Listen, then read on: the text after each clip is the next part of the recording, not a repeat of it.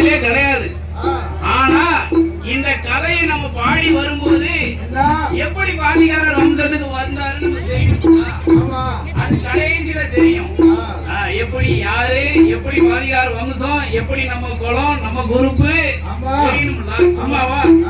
அப்படி சொத்து சுகம் மண்மணிகளோடு வாழ்ந்து வரக்கூடிய போது அவருக்கு என்ன வேலைன்னா காவல் செய்வதுதான் வேலை. ஆமா. ஆனா அந்த காலத்துல கேள்விப்பட்டிருக்கோம்ல, எங்க அப்பா எல்லாரும் சித்தப்பா பெரியப்பாலாம் தக்கோலம் தோலாப்பம் பண்ண பத்மநாபம் காவலுக்கு போனாங்களாம். ஆமா, காவலுக்கு. அதனாலதான் வீட்டுல 24 மணி நேரமா வள்ளைய கம்பு இருக்கும். அந்த கம்புக்கு பேரே வள்ளைய கம்பு. இப்பதான் எனக்குலாம் தெரியும். ஆமா. என்ன அவருடைய காவலு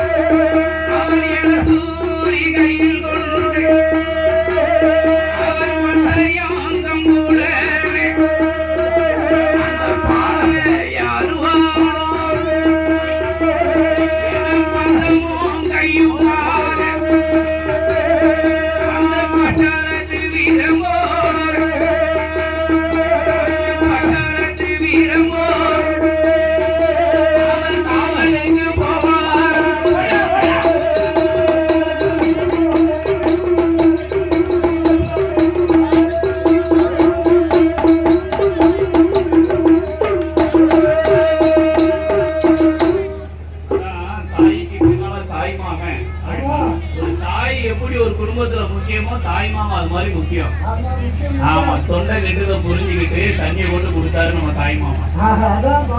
ஆமா, பாவனாசுல இருந்து வந்திருக்காங்க. அடியேனுக்கு இந்த அலங்கார பந்தலிலே, ஆமா, அலங்கார பந்தல் சிங்கார மேலையிலே, ஆமா, எத்தனையோ லட்சம் பொன்வெறும் சுடாமல்லி சுடர்மல்லி மல்லி ரோஜா மல்லிகை பாரிஜாதம் புஷ்பம் பல மலர்களை தொடுத்து எடுத்த இந்த மலர் மாலையை மாணிக்க மாலையாகவும் எங்க ஐயா காவல் தெய்வத்தோட வாசலில் கோயிலின் சார்பாக போட்டார்கள்.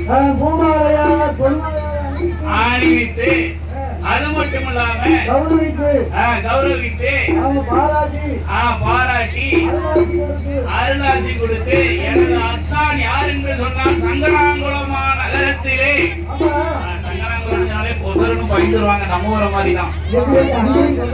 அங்கேயும் அப்படிதான். எங்க போனா நம்ம சும்மா இருக்க மாட்டோம்ல.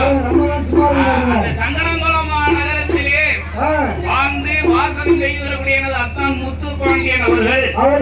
அவர் யாருன்னு சொன்னா எங்க அத்தை, அதாவது திருப்பார்கடல் தேவருடைய ஒரு மகளான நாச்சியாரை மருகால் குறிச்சியில கட்டி கொடுத்தாங்களாம். மருகால் குறிச்சியில கட்டி கொடுத்த நாச்சியாருடைய மகளான பேச்சியம்மாளுடைய கணவர். ஆமா, அவர் எனக்கு சின்ன பிள்ளைல அத்தானு கூட்டு பழகியாச்சு. அதனால இப்ப முறையை மாத்த